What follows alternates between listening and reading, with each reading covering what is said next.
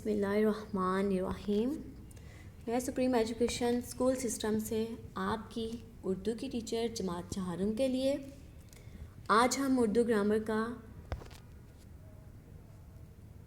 کام کریں گے، جس میں ہمارا سب سے پہلا کام ہوگا تذکیر و تانیث، اس کے بعد جائزہ ٹیسٹ، اس کے بعد تخلیقی لکھائی۔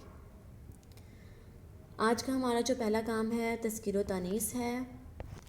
تذکیر و تانیث کے مطلب کے بارے میں جانیں گے۔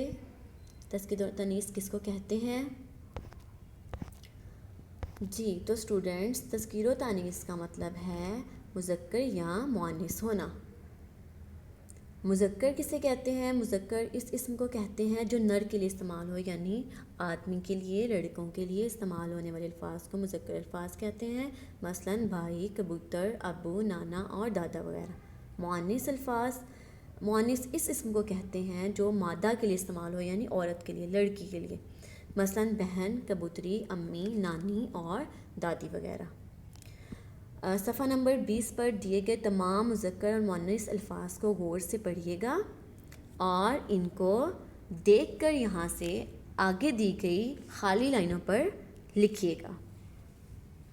جی تو سب سے پہلا مذکر لفظ ہمارے پاس جو موجود ہے وہ ہے نائی۔ نائی کی مؤنث ہے نائن۔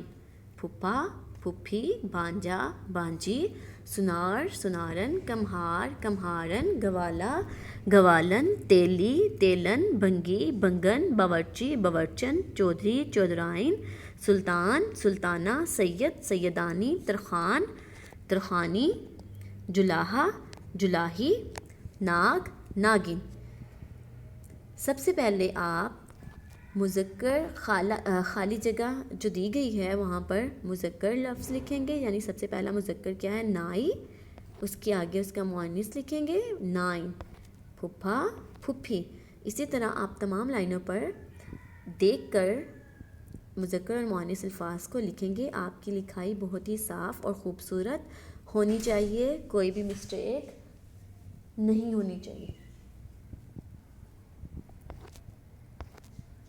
آج کا ہمارا دوسرا کام ہے جو کہ صفحہ نمبر 21 پر ہے، سرگرمی۔ صفحہ نمبر 12 پر ہم نے بے جان چیزوں کی تذکیر و تانیث کے حوالے سے پڑھا تھا، ان کے لیے کون سی علامات استعمال کی جاتی ہیں، مذکر الفاظ کے لیے کون سی علامات استعمال ہوتی ہیں، کون سی ایسی نشانیاں ہیں جن سے ہمیں پتہ چلتا ہے کہ یہ مذکر الفاظ ہیں یا مؤنث۔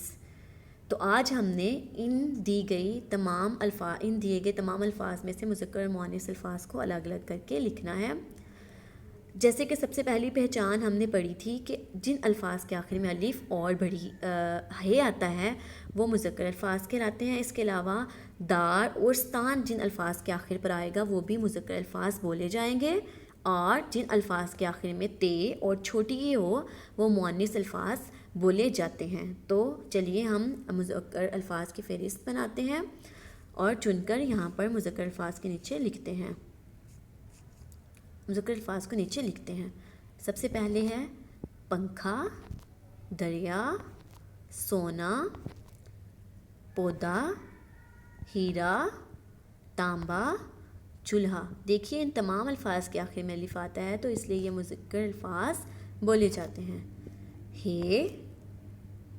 ہے یعنی ان کے آخر میں ہے آ رہا ہے، بندہ، پجامہ، افغانستان، روشندار اور موتی۔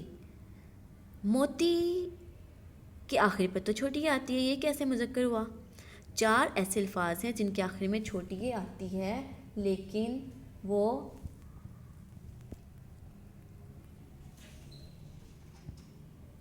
وہ مذکر بولے جاتے ہیں، ان میں ایک لفظ موتی بھی شامل ہے۔ اب ہم مؤنث الفاظ کے بارے میں پڑھتے ہیں، جن کے آخری پہ تے آتی ہیں ان کو الگ کر لیتے ہیں۔ جمعرات، رات، موت، رحمت، رخصت،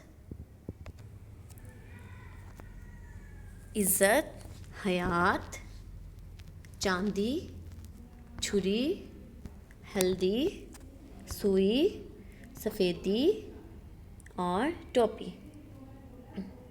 آپ نے بھی ان الفاظ کو بہت ہی خوبصورت طریقے سے لکھنا ہے۔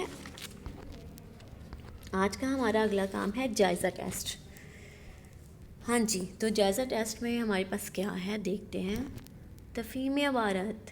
آج ہم نے تفہیم عبارت کو غور سے پڑھنا ہے اور ان کے سوالات کے جوابات تلاش کر کے لکھنے ہیں. تفہیم کا مطلب کیا ہوتا ہے؟ تفہیم کا مطلب ہوتا ہے فہم، اور فہم کے معنی ہے سمجھ یا سمجھنا.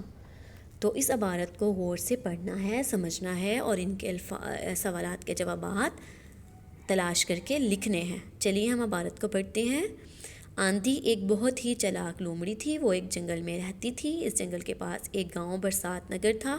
اس گاؤں کے رہنے والے آندھی سے بہت تنگ تھے. ویسے تو اسے مرغیاں، کبوتر اور خرگوش پسند تھے، مگر اس کی من پسند خوراک مچھلی تھی جو اسے سجو مچھیرے کے گھر سے ملتی تھی. سجو کا گھر جنگل کے قریب بالکل قریب تھا، اس لیے آندھی کا پہلا حملہ سجو کے گھر پر ہوتا تھا. سجو اس لومڑی سے بہت تنگ تھا. جی تو یہ ہم نے عبارت پڑھی ہے. اب ہم اس کے سوالات پڑھتے ہیں. سوال نمبر 1، آندھی کون تھی؟ سوال نمبر 2، جنگل کے پاس کون سا گاؤں تھا؟ سوال نمبر 3، اس کی من پسند خوراک کیا تھی؟ سوال نمبر 4، آندھی کا پہلا حملہ کہاں ہوتا تھا؟ سوال نمبر 5، سجو کا گھر کہاں تھا؟ تو جیسا کہ ہم نے عبارت پڑھی اور ہم نے پتہ چل گیا ہے کہ ان تمام سوالات کے جوابات اس عبارت میں موجود ہیں اور بہت ہی آسانی سے آپ کو مل جائیں گے. آپ نے ان کے جوابات کو تلاش کر کے یہاں پر لکھنا ہے. آپ کی لکھائی درست ہونی چاہیے اور سب سے پہلے آپ دن اور تاریخ لکھنا نہ بھولیے گا.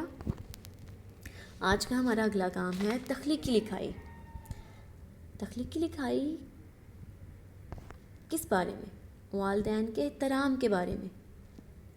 ہاں جی، تو آج ہم والدین کے احترام کے بارے میں لکھیں گے. جی، تخلیقی لکھائی جو ہے وہ آپ لوگ خود لکھیں گے. آپ کے پاس صفحہ نمبر 23 پر کچھ ہیڈنگز دی گئی ہیں، پوائنٹس دیے گئے ہیں. ان کو دیکھتے ہوئے آپ نے اپنی تخلیقی لکھائی کو مکمل کرنا ہے. سب سے پہلا پوائنٹ ہے قرآن و حدیث سے وضاحت، یعنی کوئی ایک قرآنی آیت لکھیں گے یا ایک قرآنی حدیث، دونوں لکھیں، بلکہ دونوں لکھنی چاہیے. ایک قرآنی آیت اور ایک قرآنی حدیث کو لکھنا ہے اور جو کہ والدین کے احترام کے بارے میں ہو. اس کے بعد والدین کی خدمات، یعنی وہ ہمارے لیے کون کون سی خدمات کرتے ہیں، ہمارے لیے کون کون سے جو ہے وہ قربانیاں دیتے ہیں، آپ نے ان کے بارے میں لکھنا ہے. اس کے بعد نیکسٹ ہے دنیاوی آخرتی نجات کا ذریعہ، یعنی ہمارے والدین جو ہیں وہ ہمارے لیے دنیا اور آخرت کی نجات کا ذریعہ کس طرح ہیں، آپ نے مثال کے ساتھ وضاحت دینی ہے. اس کے بعد نیکسٹ ہے قدرت کا بہترین تحفہ. والدین جو ہے وہ ہمارے لیے قدرت کا بہترین تحفہ ہیں اور کس طرح سے ہیں، آپ نے اس کو وضاحت سے لکھنا ہے. اس کے بعد نیکسٹ ہے انعامات کی بشارت، یعنی والدین کی خدمت پر کن کن انعامات کی بشارت یعنی خوشخبری دی گئی ہے، اس کے بارے میں آپ لوگوں نے لکھنا ہے. اور اختتامیہ میں آپ والدین کے لیے دعائیہ کلمات لکھ سکتے ہیں. تو یہ تھا آج کا ہمارا کام. آپ نے اپنے کام کو اچھے سے لکھنا ہے اور یاد بھی کرنا ہے اور اپنے پیپرز کی تیاری بھی بہت ہی اچھے طریقے سے کرنی ہے. Stay home, stay safe. اللہ حافظ.